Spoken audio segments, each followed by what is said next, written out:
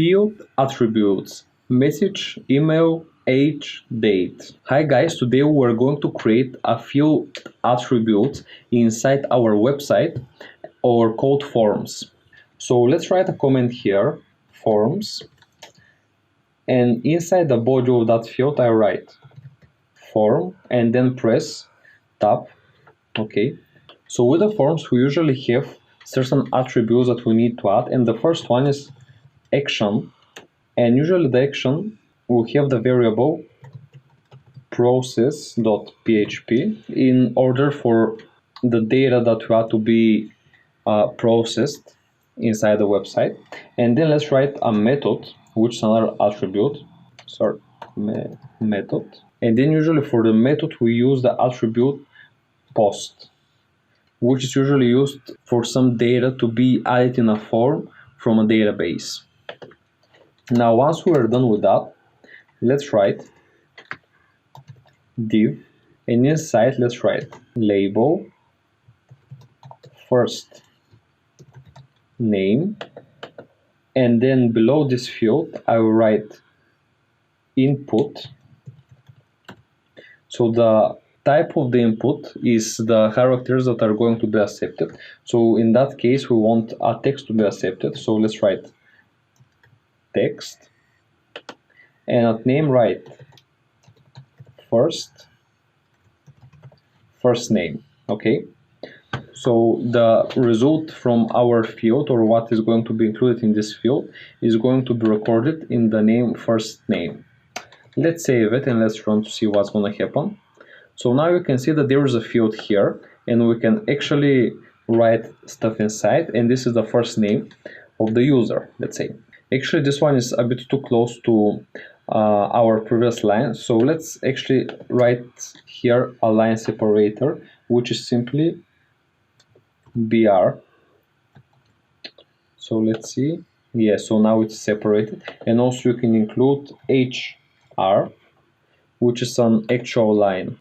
Okay, so I'll actually remove this one from here. Actually you can see now how the headings are separated from each other, and we're getting the margin, and also we're getting what's inside. Quite nice, isn't it? So I will close this window for now so we can see our full text, and let's continue adding on different type of names. So let's write here br to separate it, and then let's write div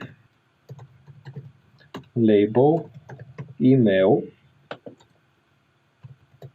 input, and here the type is text because email is a text type. Then, oh sorry, we first need to add the last name, so let's write here last name, then text last name, and here I will add some other attributes actually. So let's write placeholder enter last name, and this will actually display some text inside the field for us to be reminded that we need to add last name there. So let's run the code and see. Sorry, I need to save it. Let's run it, and you can see here you get this text enter last name. You also get the line separator here that I told you about, and when I select it, now you can start writing and the placeholder is removed. Then let's write br, another div, and here I want email, so let's write label email, and let's write input, and the type of input is text. Sorry, here's email. Okay, you can see it's predefined. So the name will also be email. Okay, and let's see now, Control S, and then let's run the code. So here we can write email, and you can see how it is showing the emails that I used on other websites. So it knows that this field is for email specifically. Let's add some other fields actually.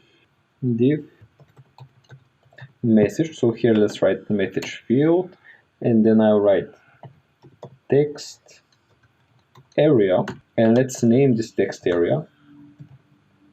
Okay, and the name will be message. Let's save it and let's run it to see what's gonna happen. So now you see there is some message area here, and I did a slight mistake here. Here should be label actually. Let's rewrite this. So message and here is div and div. There we go. And here we can see that when we did this, now the text field is displayed exactly near the message. So I will write BR here to separate the lines. And here the lines are now separated. So let's add another line called again div, and inside I write label,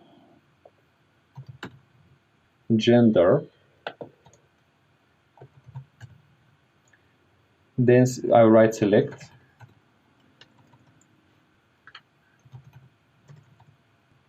name, gender, and inside the select field we can add certain options. So this is a different type of field.